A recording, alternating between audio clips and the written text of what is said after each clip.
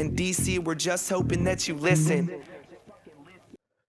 Welcome to District Divided on a Friday this time, and it's just me and KDot here, and we're talking only about football. It is back. By the time you see this video, the Bucks and Cowboys would have opened the season up, and personally, KDot, I cannot wait for that matchup. How are you feeling that football's back?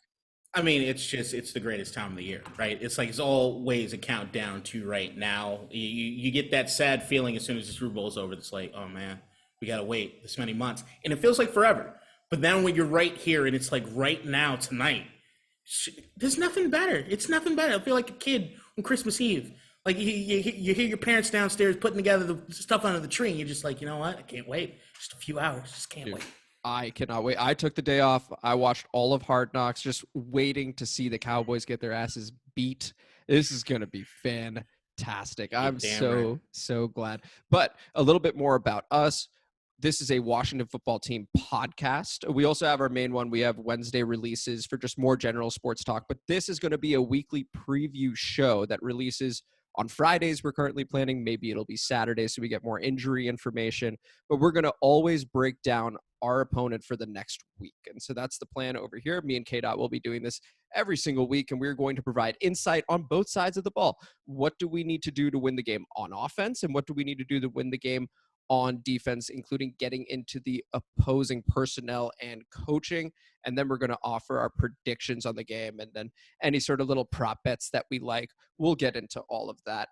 And for this episode, because it's the very first one, and in honor of the NFL coming back, we are going to give you our division winners. So our playoff predictions, division winners, conference championships, Super Bowl. And then we are also going to give you our superlatives, our awards, your MVP, your coach of the year, offensive player of the year, rookie of the year, defensive player of the year, rookie of the year, comeback player of the year, you name it, we're doing it. But first, we got to begin with our fandom. Get to know us a little bit. So KDot, why don't you walk us through when you became a fan, some of your favorite memories as a fan? Floor is yours. So I'm going to be completely honest, all right? I think I was a Washington football team fan, or the previous name, from the day I was born. But because I was a little rebellious shit, I couldn't admit that I was a Washington football team fan. So I grew up a 49ers fan when I was really, really young. I was a diehard Niners fan. So like the 98 wildcard game, the catch 2.0 when T.O. catches the ball in the end zone, that's the first time I cried to sports. Like I was a diehard. But being that they were in San Francisco and I couldn't go to games because it was across the country, I had grown up going to games at RFK. Like I went to a couple games at RFK. I was there the inaugural season of FedEx when it was Jack Kent Cooke Stadium. I still remember going to like both preseason games, and then a couple regular season games that year. And it was just that team that, like, my brother always had the season tickets. My dad had all the merch. But I was like, I'm something different. I'm going to be something different. But when it really came to it and going to the games, you just kind of fall in love with it. And I still remember back in like 98, my favorite player being Terry Allen, the running back, number 21. 21 was my favorite number, and seeing Terry Allen like cut up and down the field was just awesome to me. And just as the years go on, there are all these athletes just in Washington you just kind of fall in love with. You sent me some stuff as far as like to go through like who my favorite players were coming up or what my favorite games were. I mean, I could try to go in order as far as players, but there's a ton. Like when I first came out of the closet as a Washington fan, there was Champ Bailey and Darryl Green. Those were the guys as far as locking down the corner spot. But then even beyond that, when they drafted LeVar Arrington, that was my man. LeVar was my dude. Love LeVar. And you remember those, like, they show the highlights of him at Penn State just rocking shit. Oh, yeah. It was like, oh, we're going to get this dude. And he was a freelancer. He works in a scheme, but he was just so much fun to watch. And then beyond those guys, like Stephen Davis, love that bruising back. Fred Smoot, just talking nonstop trash, even when he first came in the league. Then I'm a huge Patrick Ramsey guy. Still am a Patrick Ramsey guy. Screw Steve Spurrier. If it wasn't for that offensive line, Patrick Ramsey would be a Hall of Famer right now. And then all those guys, Mike Sellers. I put my facial hair. I grew facial hair because I love Mike Sellers so much. I had the little Pharaoh goatee thing going when I could barely grow any facial hair because I loved me some Mike Sellers. Clinton Portis, Marcus Washington, Sean Taylor, all them U boys. It was just the shit for me. And it was always, and even if you had a team that wasn't always the most competitive, I still had guys that I rooted for. I still loved going to the games.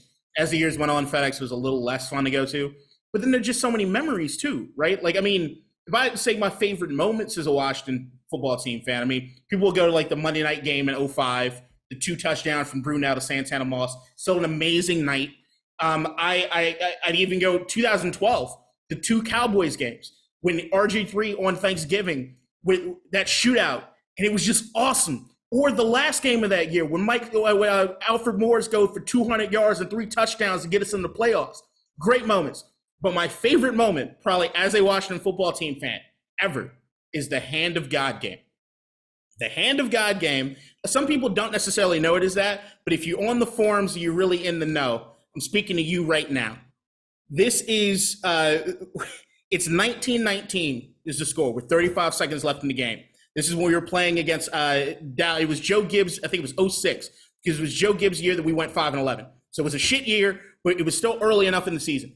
But we're, 19-19, 35 seconds left in the game. Nick Novak goes up to kick. It's wide right, 49 yards. He was 1 of 4 going into that game. We had no faith. He had just missed the identical thing the last week in Indianapolis. I remember feeling so low, just like, oh my God, this is the worst thing that could possibly happen against Dallas. Like, this just sucks. Then Tony Romo gets the ball. Anthony Fasano hit. T.O. hit. Jason Witten inside the 20 was like, oh God, it's going away. It's slipping. Right. This is what's going to happen.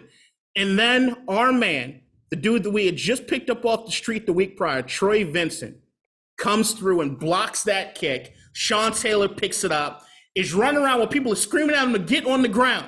And he didn't. And thank God he didn't, because he ran it, got the face mask call, 15 yards. Nick Novak, 47 yards to win the game. My favorite moment, me and my dad destroyed our living room. My mom still won't forgive us for that. I remember I flipped the coffee table, he threw the remote. We were just going fucking nuts. But that's my fandom. It's as much as it has been painful a lot of times, this is my team. As much as I do think historically you can look at this franchise and say we are probably the bad guys and the villains, which you know might be a controversial thing to say, don't care. It's my team. That's what I'm rocking with. Well, hey, that is beautiful. And that game was unbelievable against the Dallas Cowboys. And speaking of one of your other ones you had mentioned, the 2012 Week 17 one, shout out Mernal Widge. He and I went to that game. Oh, really? Oh, yeah. I got a fever the next day because I cheered way too hard. It was way too cold. I was like ripping off my jacket and stuff like that. I missed New Year's that day because I just had like a 102 or something like that because I just went so hard at that game. The Rob Jackson interception to seal it when Romo just tried to throw it over him in the flat. I mean, magic. This actually, that brings up a memory. So while you were at that game, this is my ex-wife. We weren't married yet. Mm-hmm. It was awkward as hell because her and her mom went out, and I had to spend the time watching that game with her mom's boyfriend that was a Cowboys fan from Texas. Ooh. And it was the most awkward goddamn night ever. I still remember loving the game, but I couldn't even cheer that loud because I'm like, all right, this is this guy's house. Like, it's just the whole thing. Pleasantries, yeah. As much as you can. God, that's a throwback memory. Oh. Yeah, but that, I mean, you talk about it. So my fandom, I probably started in 96 or something like that. I saw my dad. I was 5 years old, just for those. And I saw my dad watching a game in the basement, and I was like, what's going on? It was the Cardinals against the known at the time Redskins. And I just remembered liking the logo, liking the jerseys, stuff like that. So I decided to root for them. And thank goodness, because it turns out that was the team in Washington. So from there, religiously watched every single game on Sunday. I would always get the paper and look at, the line and stuff like that and look at the stats and, always way too many prayers to Ganesh to recover onside kicks. A lot of them went unanswered, but I was there every Sunday at around 3:45 p.m. with the same prayer because we were not very good for a long time. But I remember Gus Frerotte. I remember Brad Johnson. I remember Trent Green. I remember all these – Patrick Ramsey, gunslinger, man.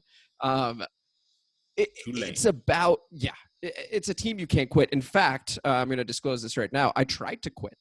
I tried to quit like it was smoking. I tried to be a Cleveland Browns fan for a year.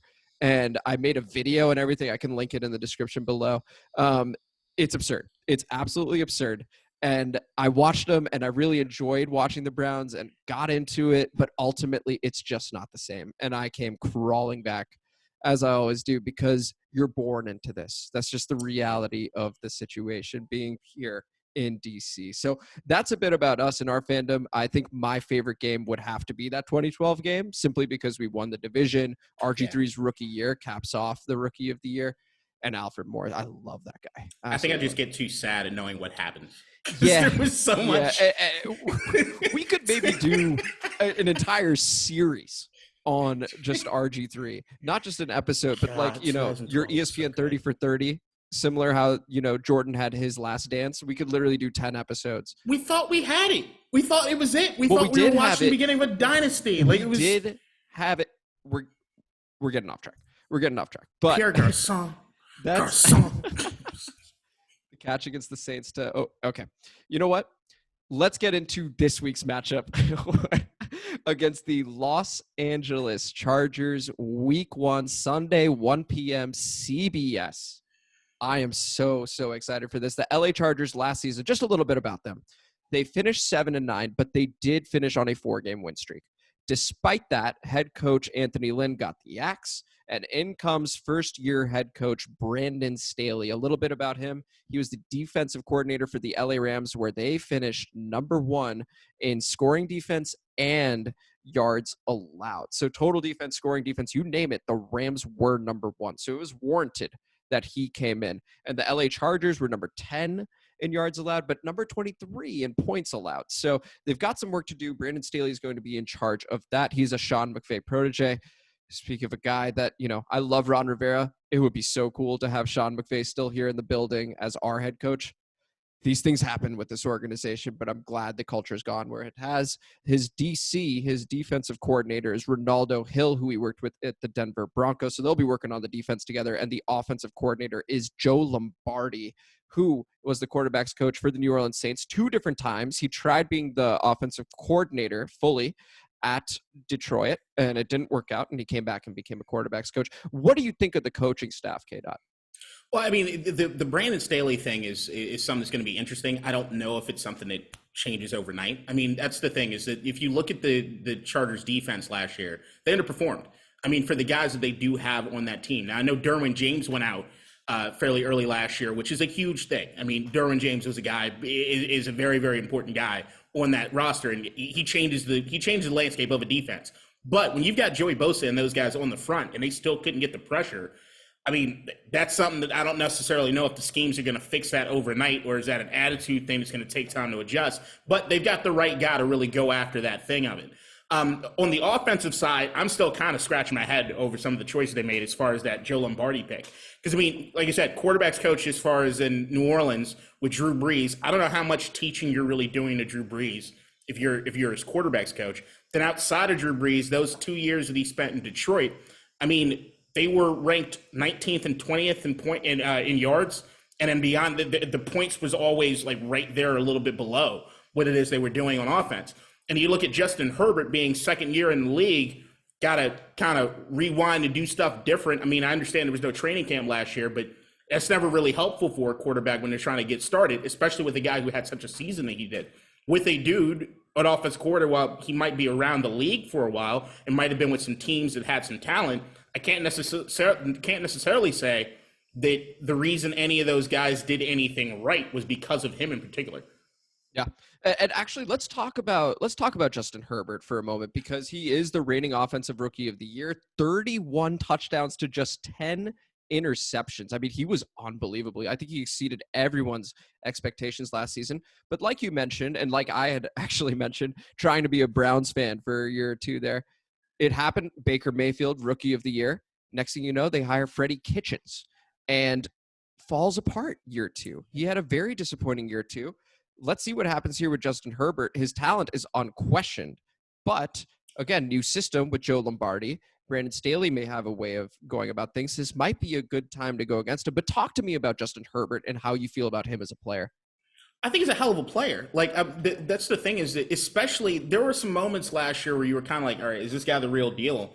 But the final 4 games, it put everything to rest. I mean, he was 4-0 in the last final games, 8 touchdowns to 1 interception, over 114 passer rating, 1,100 yards passing. Like, the dude was on point. But once again, if I'm looking at a quarterback that seemed to shine as the year went on, which with experience you do that, but also with how experience you're getting in the system and feeling comfortable within that system by the end of the year. If you're scrapping it and going to something new, I don't know if you can use that 4-game win streak at the end to extrapolate and say that that's exactly how he's going to start out this year. It might be another slow burn. It might be something where as the year goes on, he's getting more and more comfortable and he gets there. I think he has talent. I'm not going to say you can't have a season like he had and think that he's a scrub or that he's going to be nothing in this league. Right. He's not that. He's not some New York Jet cast-off quarterback or something, right? Like the dude has some talent. It's just whether or not the coaching staff is the right ones to be around him to make it work. And I seriously question whether or not Joe Lombardi is that guy. Okay, fair enough. But now let's talk about it more generally against the Washington football team. So we'll quickly jump into an injury. Austin Eckler missed practice Wednesday, missed practice today. Well, I guess at the time of this recording, he was working on the side with some trainers. The Chargers are optimistic he's going to be able to play, but Herbert may potentially be without him. How do you feel our defense is going to do against this Chargers offense? Well, see, that's another thing that gives me a lot of hope, or at least it's going to be a very good litmus test of where this Washington defense is. If you look at the Chargers offense, not only do they have the new offensive coordinator, they got 4 new starters on the offensive line, including one name that should ring bells to anybody that used to watch Chase Young highlights, which was Rashawn Slater, who's the dude that went up against him when he was at Ohio State and actually had a fairly good game. Ohio State beat the shit out of him. I think it was like 58-10 was the final score. But he did show up and he played pretty good with Chase Young. And that was some of the film that they were using of Chase Young, where you were hearing those rumors of whether or not he shrivels in the big games compared to just shining against cupcake opponents or whatever. So that's going to be an interesting thing. He looked pretty good in preseason for what I could tell, but 4 new starters on the offensive line with a second-year quarterback going into a new system, that to me seems like it's just right for picking for that defensive front of Washington. There's no reason why that defensive front shouldn't be able to get pressure there to Justin Herbert, and it's got to be the key to the game. I mean, you're 4 new offensive linemen. You think they're going to have everything squared away? No, this is Montez Sweat. This is Chase Young. Got to be on that young kid, Rashawn Slater, and getting that pressure on to Herbert. Now, I am going to counter you here with a couple quick hits. So Justin Herbert against pressure last season, 13 touchdowns, 3 interceptions, a 96.4 passer rating. That was the league's best passer rating against pressure. It was Roethlisberger-esque from his rookie year back in 2004. So when pressure doesn't work, it's scary. I think that's just speaks to the level of talent that this kid has. Now, talking about the offensive line, that's exactly it. He was the second most pressured quarterback in the NFL. So this needed to happen either way, even if they don't gel early on. And I suspect they might, because Rashawn Slater, first-round pick, he missed a year of football. We should get after him. Absolutely should. Montez Sweat, Chase Young, you name it, throw it at him. Yep. Corey Linsley is an excellent pickup by the LA Chargers. Center, who used to play for the Green Bay Packers. Been there, done that with great quarterbacks. I believe Justin Herbert's going to be one of those great quarterbacks. I think it's just a bit trickier than people are giving it credit for. When I look around social media, I think people expect us to sort of trash and thrash these LA Chargers, and I don't think that's going to be the case. I expect the Chargers to put up points against our defense despite how good we are defensively. Well, I'm not going to counter too much with that, but I mean, it all goes hand in hand, right? I think that what that defensive front here for Washington is looking like, I can't look of a situation other than some other teams in the division, like the New York Giants, who we should just eat all day. But when it comes to the Chargers, even if you do get the right guys on the offensive line, usually it does take a little bit for them to gel. I'm not saying it takes a full season. I'm not even saying it takes half a season. But there is something with the offensive line that's an unspoken just camaraderie that you have to have with the guys around you to make sure that everything's working in the right direction. And if you're supposed to be as talented as that Washington front is, as far as the expectations for that front, this is supposed to be something that you do take advantage of. That being said, who knows? If they come out lights out and do what it is they need to do, that's it. But, I mean, the front 4 is only as good as what's happening behind them. So, I mean, right now, we have to make sure the secondary is on point. We got William Jackson, who's new. We know the secondary has the ability to do certain things, but Landon Collins was hurt for a portion last year. He's back. What is he going to be doing in coverage? I mean, there's a lot of things that I'm looking at as far as that defense, but there are a lot of questions. Other than that front 4, the linebackers themselves for Washington are very, very questionable to me as far as what it is they're going to be able to do. And we talked about on the podcast as far as whether or not they were going to bring any more bodies on linebacker. Didn't really look. They did much there. So If I'm looking at Jammin Davis, or I like to call him Jammin Davis, Dude, do it. John Bostic and Cole Holcomb, while I do like all three of these guys, there's no denying Davis is going to take a little bit to get used to as far as this game. Cole Holcomb is a solid linebacker, but I don't think anybody's looking for him to play lights out or do anything Ray Lewis-like at the linebacker position. And John Bostic, once again, tackling machine himself, but I still wonder as far as some things in coverage. So when you got an Eckler who can move things out of the backfield, right. When you talk about guys that can get past that first level for Washington, yeah, what are you going to do? Now, that front four has to get the pressure so that these guys are not left on islands for a very long time.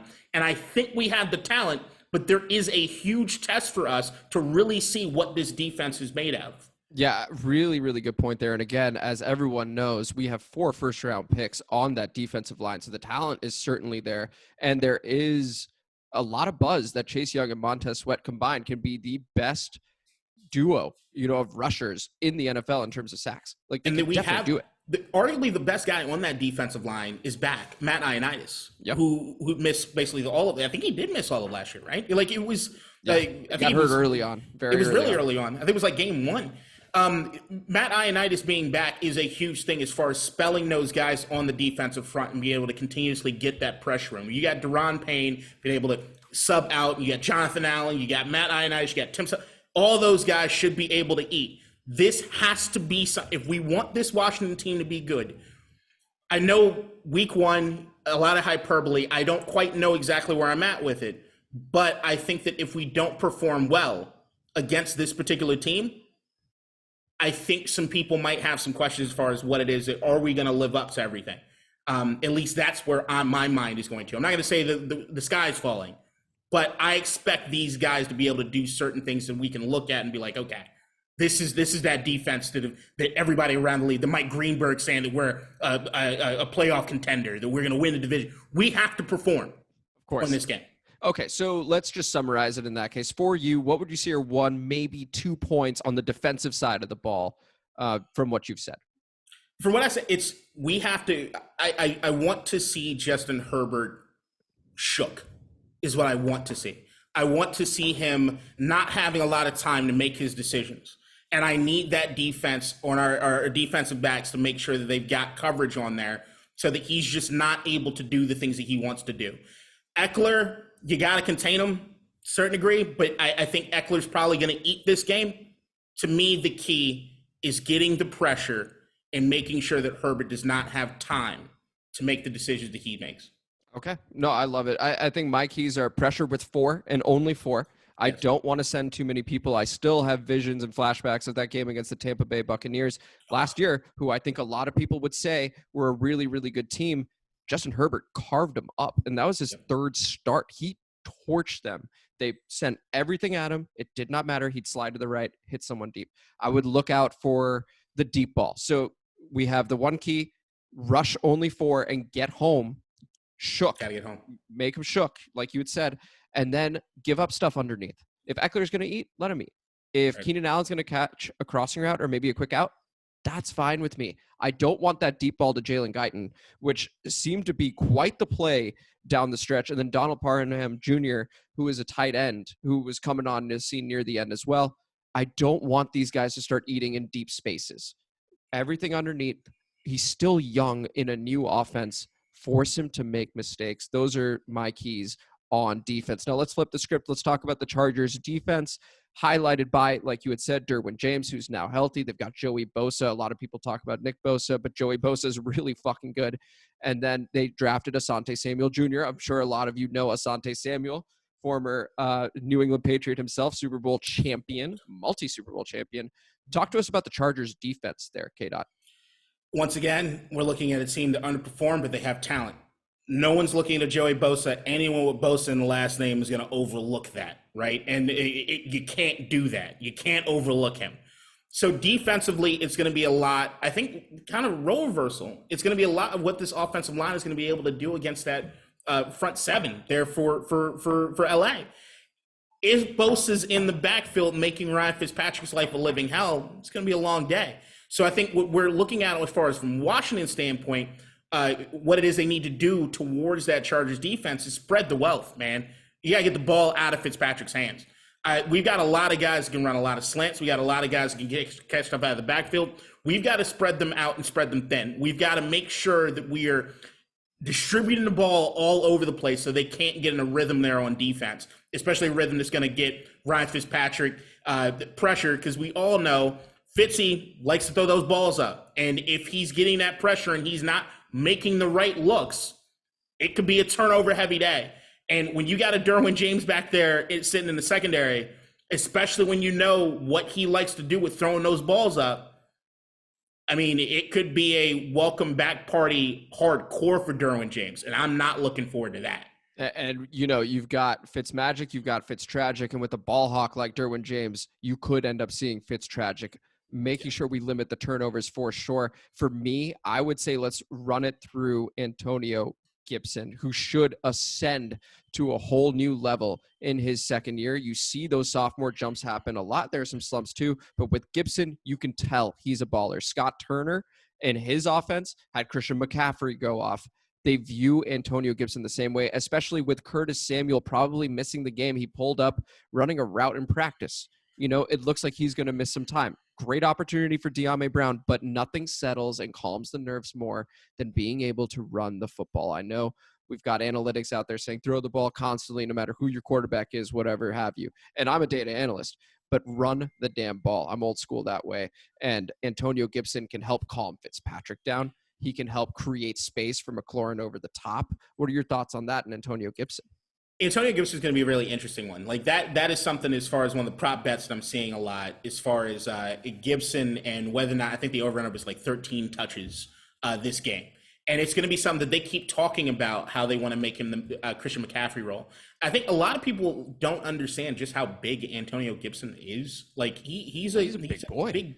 6 feet, 228. I was playing Madden. I downloaded Madden 22 for no goddamn reason. I'm an idiot. And I was looking at him. Leonard Fournette and Antonio Gibson the same size. People don't, and he's more of a receiving back or known piece of what he did out of college. While I do want to see Antonio Gibson get the ball in his hands, as far as I just want to see him get the ball in his hands. I don't necessarily need it to be running up the gut 30 times a game.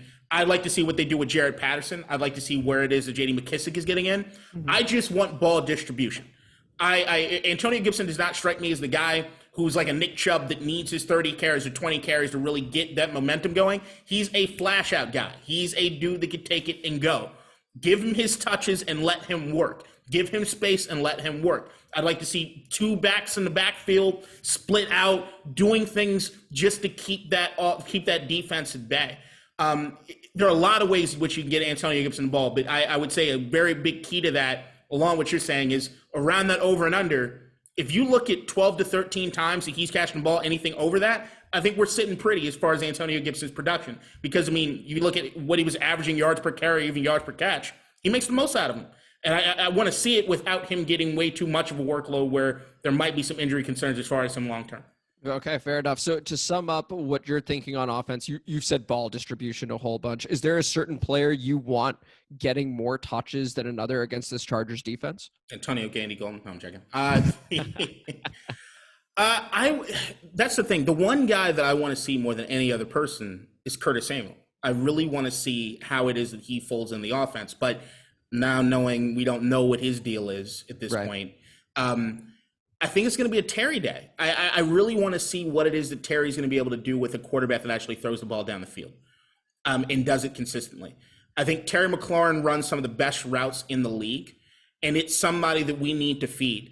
And I'm hoping that we can keep that. If we do what we need to do as far as distributing that ball and getting that defense a little off, Terry's going to get some ability. Terry might have some opportunities to kind of go long and get something done.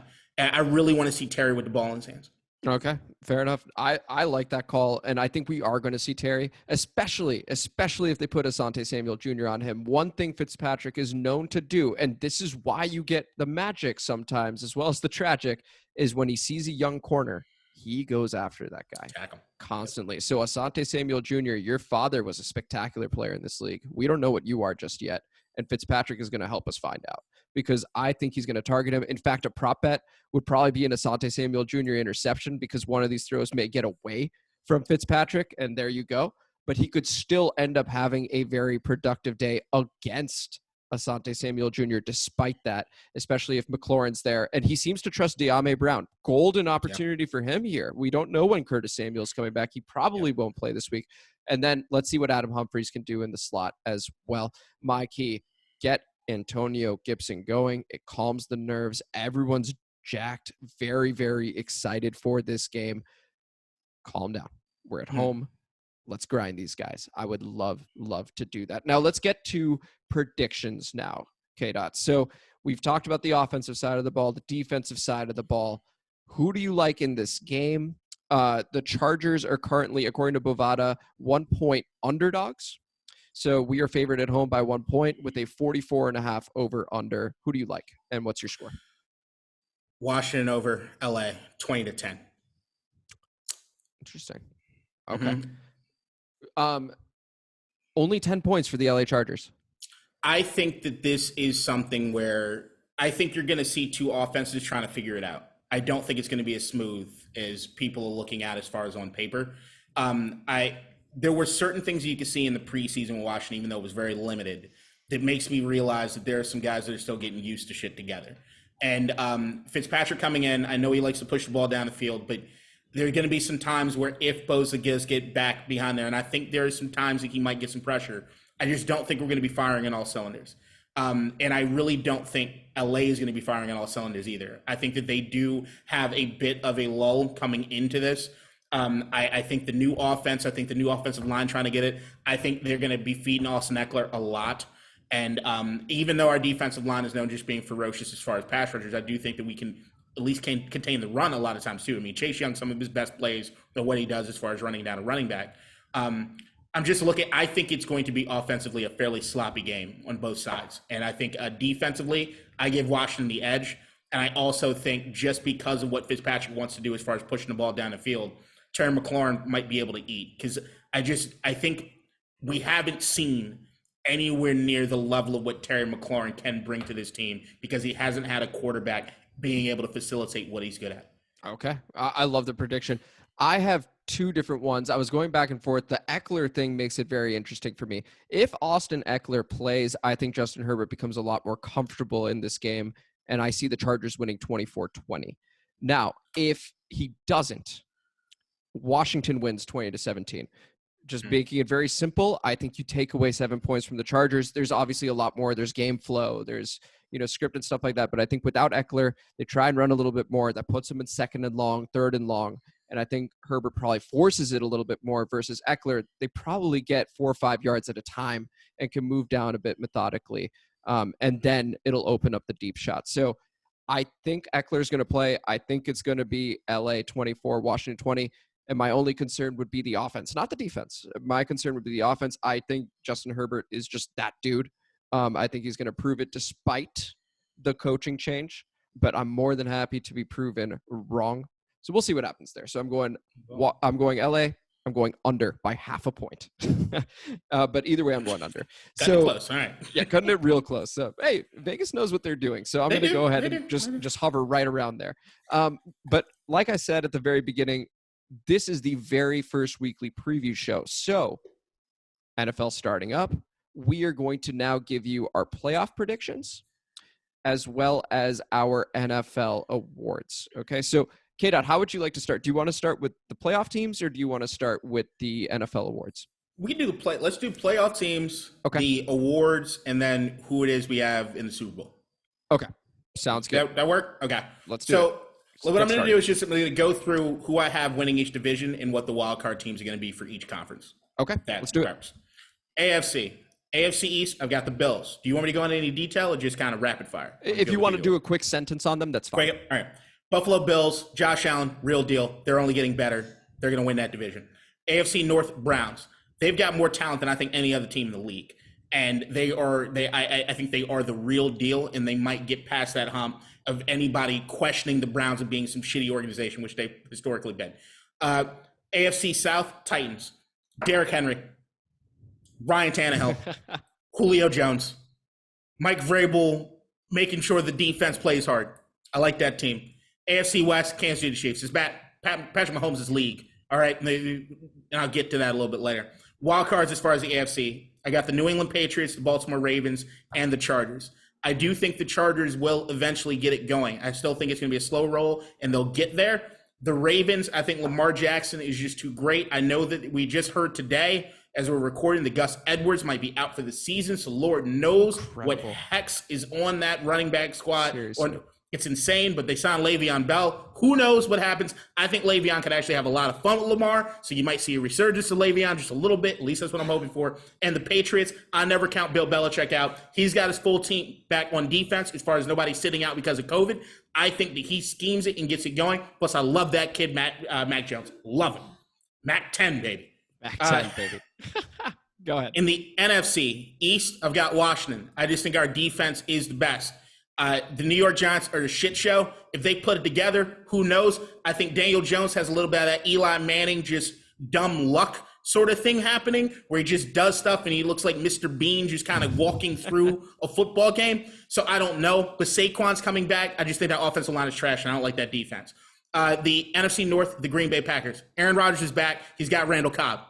Woo! No, it's just I like Green Bay. Aaron Rodgers is always going to keep you in the conversation. NFC South, the Tampa Bay Buccaneers. Super Bowl reigning champs. They got Tom Brady. Antonio Brown, I actually think, is going to have a hell of a year. Yep. NFC West, give me the LA Rams. I think Sean McVay, I love Matt Stafford going to LA. I think they're going to be able to do a lot of really good things in that defense. Aaron Donald being on your team just makes it otherworldly. And as far as the wild card teams, give me the 49ers, Seahawks, and surprise pick, the Falcons. So the 49ers, the Seahawks, I just think the NFC West is just that damn good. And I think when you have, as far as in San Francisco, Kyle Shanahan, still like him a lot as a coach. That defense is always going to be there and doing good things. And offensively, even if they don't have Jimmy G starting the whole year, Trey Lance, I know Shanahan can't wait to be able to start his boy. And it's going to be incredible there, I think, for them going forward. The Seahawks, Russell Wilson's just too damn good. DK Metcalf, love that dude. And the Falcons, Kyle Pitts gets you in the playoffs. So for those that don't know, and I guess that would be a lot of you, KDot, to me, reached in our fantasy draft to get Kyle Pitts as his second tight end. So he's got Travis Kelce and Starting two. Hey, he's monopolizing really good tight ends, and he should break records this year, Kyle Pitts, you'd think, right? I think with Matt Ryan just being there, and now the targets that once went to Julio got to go somewhere. And Ridley is a beast, and Kyle Pitts is just a matchup nightmare. I don't know who you put on him. You're going to have to double team, which means Calvin Ridley's going to eat. And when Calvin Ridley eats, they're going to have to do something else. Kyle Pitts is going to be a hell of a player this year. Okay. Now, can you quickly rapid fire, without the sentence this time, walk me through your AFC one more time? Bills, Browns, Titans, Chiefs, Pats, Ravens, Chargers. Okay, great. So I agree on 5 of those. Okay. All right. So I've got the Bills in the AFC East. Again, Josh Allen, they're too good. They are just too good right now, and Josh Allen is a superstar. The North, the Browns. I had the Ravens, even with Gus Edwards there, but him getting hurt, I think there's something going on. I can't explain it, but I can't pick them to win the AFC North anymore. So I've got the Cleveland Browns. I also think they're the most complete team. In the South, I have the Indianapolis Colts. Okay, I think Carson Wentz being back with Frank Reich, being supported by a solid running game in Jonathan Taylor, Nyheim Hines, Marlon Mack. And these wide receivers are underrated. Paris Campbell, Michael Pittman Jr., Mo Alley Cox, by the way. So we talk about Samis Reyes a whole lot, right? Being a former college basketball player. Same thing with Mo Alley Cox, right here in VCU. He could play. So I like the Colts. Kansas City in the West. They're not being dethroned. There's still talks about them potentially going 20-0. They won't do that, but they are going to win the West.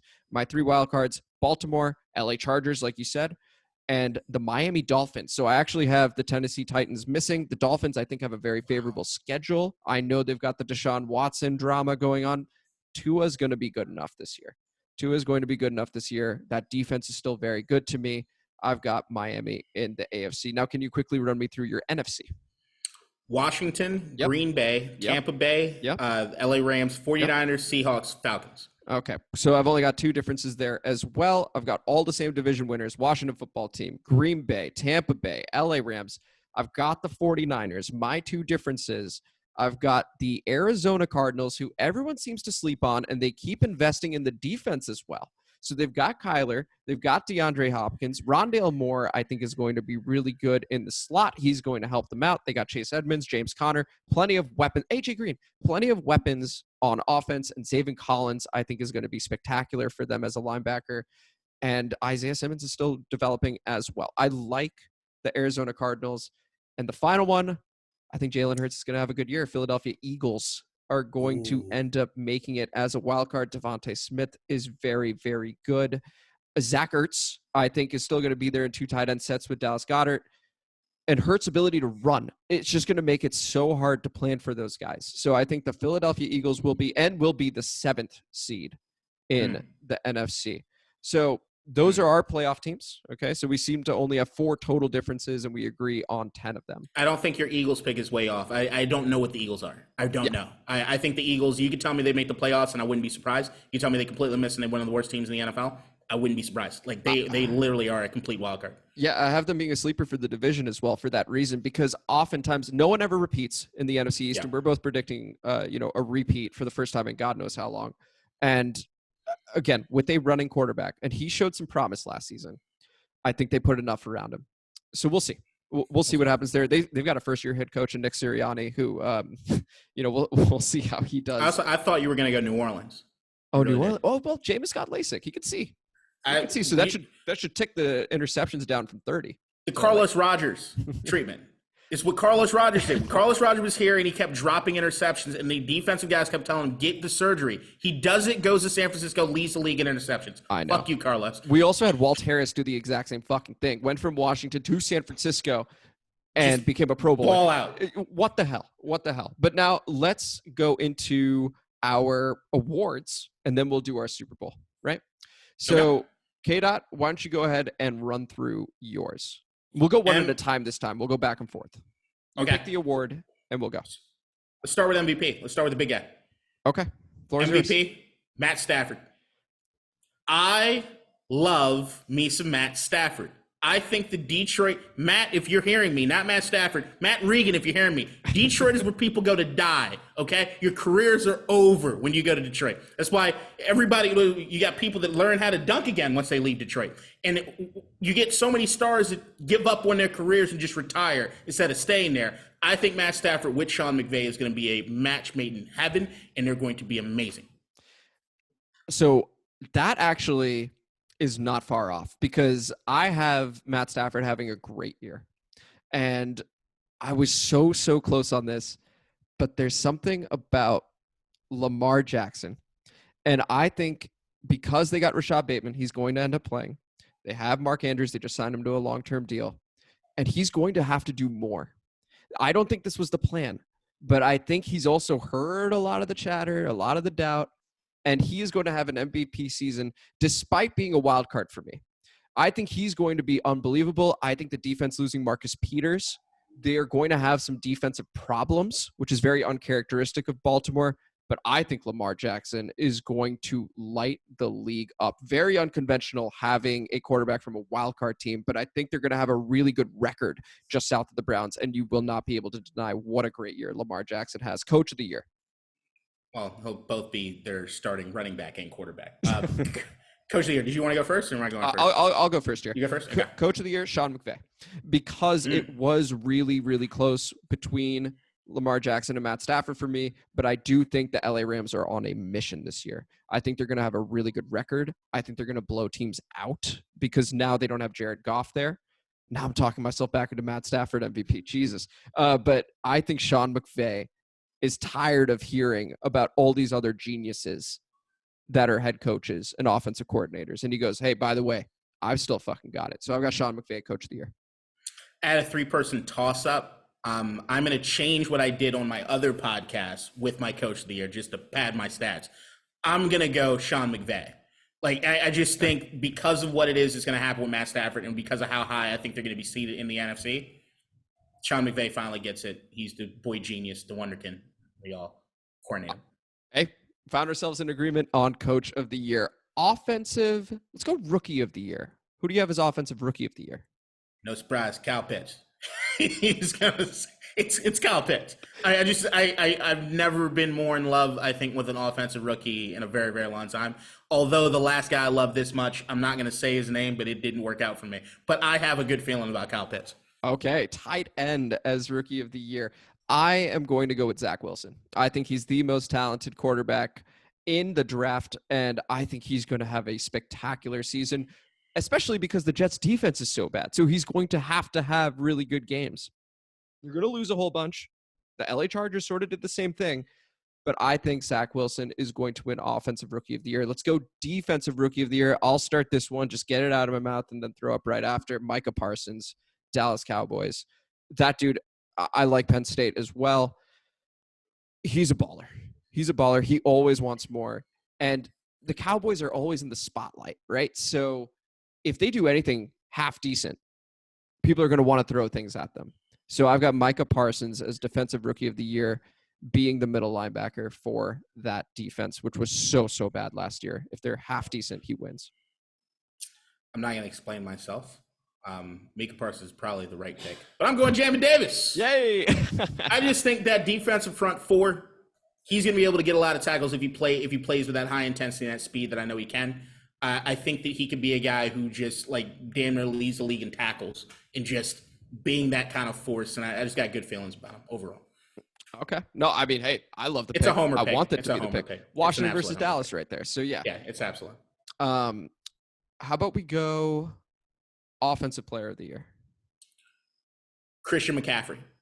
I just think with what he does on that offense or any offense, I can't think of a guy more versatile at that position. He's the guy I probably want on my team more than any other that's not a quarterback. He just does everything, and he does it very, very well. And I think coming off the injury, we're just looking at a hell of a year for McCaffrey. Okay. The one thing I don't understand is like MVP and Offensive Player of the Year, they differ sometimes. I don't really know why that is. You'll have one quarterback be an Offensive Player of the Year, but then the MVP is someone different. I think that it comes to that whole thing, right? So like an MVP, they're also going to look at your wins and losses compared to your Offensive Player of the Year type. So, I mean, you might throw 5,000 yards, but you got a shit defense and you're not winning games. Tell you what. So then let me revise. Thank you for that. MVP, I am going Matt Stafford. Offensive Player of the Year, I'm going Lamar Jackson. Because that sounds a lot more like what I was describing when I said, hey, they're going to finish as a wild card. It's going to be unbelievable what he did.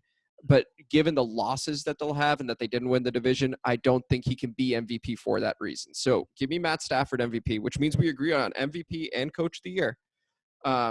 And then Offensive Player of the Year, give me Lamar Jackson. You have Christian McCaffrey. How about Defensive Player of the Year? I think we're Chase going Young. to do the same thing. Okay. Chase Young? Chase Young. I just – there were certain things that I saw last year that just made me think, all right, he's the next guy.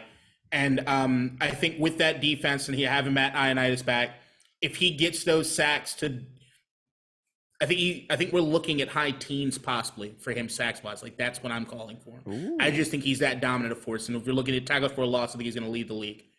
Okay. I wanted to pick Chase Young, but I'm going with old faithful Aaron Donald. Because, again, if we both agree the Rams are going to be that good, that means Aaron Donald's going to be pretty damn good too. So I don't think I need to say it much more than that. Aaron Donald is just a force to be reckoned with and arguably one of the best players in the NFL. Certainly the best defensive player in the NFL as of right now. Comeback Player of the Year. It's the last one. One would say I should choose Christian McCaffrey, but he's not a quarterback. Dak Prescott is, and everybody knows his story over the course of last year. He was on Hard Knocks. It's going to be Dak. If he survives the season, he's the comeback player of the year. That's Simple true. as that. They literally are going to give him this award no matter what. I would take Dak versus the field easily. I agree. Because of just the narrative and the Hard Knocks and just it's going to be Dak. If it weren't Dak, I guess it would be McCaffrey for you. Yeah, it would be McCaffrey. I think McCaffrey's probably going to be the guy that I think is most deserving of getting it. Mm-hmm. But I think I really just think it's Dak's to lose at this point. Okay, fair enough. I would probably go Burrow just because these also tend to be quarterback awards and things like that. I just don't have a lot of faith in Cincinnati being that great. That's totally fair. I think Burrow is going to end up being good, but the defense is still atrocious. Hey, Jamar Chase, stop dropping the football. Now, let's get to our Super Bowl predictions, and that'll wrap up today's show. KDot, who do you have in the Super Bowl? And who do you have winning? Run it back. Kansas City, Tampa Bay, Super Bowl. But this time, the torch is passed. Ooh. I'm getting the Kansas City Chiefs as being the Super Bowl champs. And I don't think either one of those teams are going to be the top seeds going in to the playoffs. Okay. But I do believe that once the dust settles, with the experience that these guys have, they're going to be able to do what they need to do in the playoffs to get that rematch. And I think that this is finally the time that Tom Brady relinquishes his role as top dog to the next guy. Okay. I can't fault you for that. So Kansas City winning over the Tampa Bay Buccaneers. I am going out of the AFC, the Cleveland Browns, because it's year 2 with Kevin Stefanski. They are the most complete team. If injuries were to happen to this team, they would be okay. They can survive it just about anywhere. The only one they maybe can't is quarterback, and they're still deep there. So I've got the Cleveland Browns figuring it out, beating Kansas City in the AFC Championship game this time. And I've got the LA Rams coming out of the NFC very, very high on their mission, on their motivation. A Matt Stafford injury derails all of this, but knock on wood, he gets the opportunity to shine. And I got the LA Rams beating the Browns because, again, that defense for the LA Rams just way too good to me. And Stafford is going to be hungry. He's been in Detroit starving. Matt Regan knows it. He's just been starving for the opportunity to succeed. He finally gets there. It's a home game, SoFi Stadium. The Rams are going to win the Super Bowl, and that'll be the second time ever the team that's hosting the Super Bowl wins the Super Bowl. Of course, the first time last year, Tampa Bay Buccaneers in Tampa Bay. And that's going to conclude today's preview show. So KDot has Washington winning. I have the LA Chargers winning, unless Eckler does not play, in which case I have Washington. And this is District Divided. We're doing this weekly preview show, and hope you guys like it. If you did, please like the video. Please subscribe, share it with people that want more Washington football team coverage and maybe some LA Chargers coverage. Just see how we did on that front. But thank you so much for listening, and we will see you guys next week for a preview with the New York Giants. That's a Thursday. Hey, Matt, I got my own show, huh? I got my own show with the host. You saying I need to make space, huh? I got my own show. Peace out, y'all. Enjoy.